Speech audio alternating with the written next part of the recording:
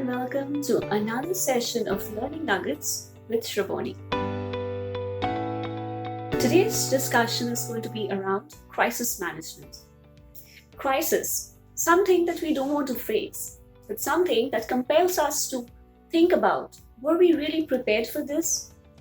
Crisis is one of those times that tells us the importance of preparation and prevention. So let us understand what are these different stages of crisis management and how can we deal with it. Before we understand the basic stages of crisis management, let's understand what are the three major kinds of crisis. The three main types of crisis are public safety, financial loss, and reputational loss. So any kind of crisis situation that an organization can think of which they have to deal with can be clubbed under these three major pillars of the kinds of crisis or threats that a company or organization can face. Now let's understand what are the stages of crisis management. There are three main stages of crisis management: pre-crisis, crisis, and post-crisis. The pre-crisis stage is probably one of the most crucial stages in crisis management because this is the time where you are preventing and preparing for any kind of potential crisis or threat that can come upon the organization.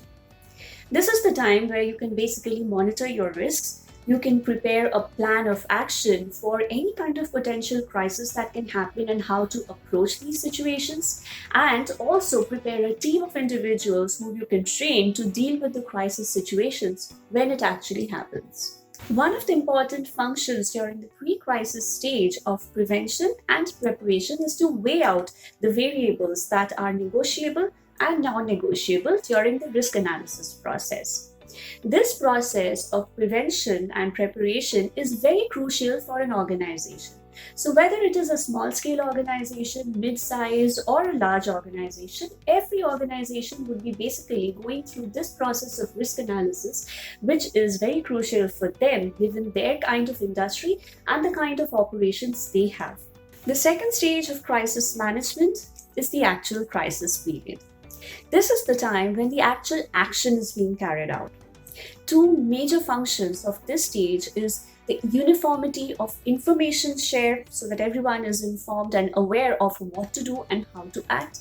And the second part is the concrete way of dealing with the crisis based on the plan by which the company has prepared itself. One of the biggest weapons during crisis situation is the ability to have information shared equally and uniformly so that everyone in the organization is aware of what is to be done and who is supposed to do what.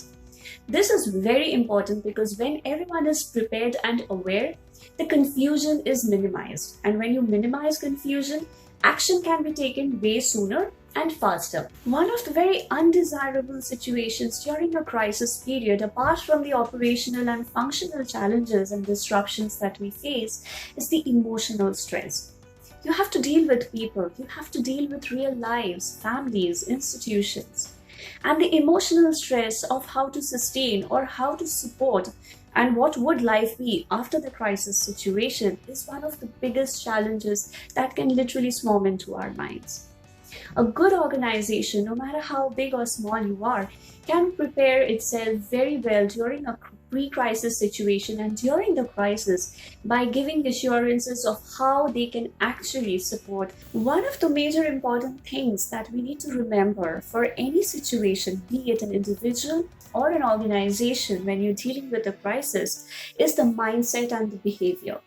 The attitude is a very important aspect which decides whether you would be able to fight through the crisis or basically fumble under it. So the human nature is such that we kind of have a flight, fight, or freeze scenario when we are faced with a crisis or a challenge, and how we prepare ourselves through these pre-crisis situations, what kind of actions we take through the crisis situation, and the way we handle the post-crisis situation, what have we learned from it, and how can we learn to be better in the next stages, prepares ourselves for any kind of challenges and situations which we may face in the organization.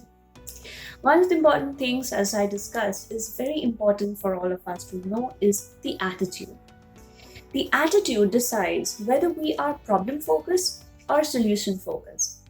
If you're problem focused, it's highly possible that you're looking at the problem and making it larger than life. Keeping on talking about the problem, blaming anybody, the government, the people, other organizations, competitors, yourself, or whatever, is actually not going to help us come out of this problem in any particular constructive way. The way we can handle this is the best way is to be a solution centric person or solution centric organization and look at what solutions can we actually seek that is going to help us fight with the crisis situation better. I hope you liked the video and the insights shared in it. Please like, share and comment on this video with your insights and thoughts, and also subscribe to the channel Learning Nuggets with Shravani, and believe in still learning, still improving.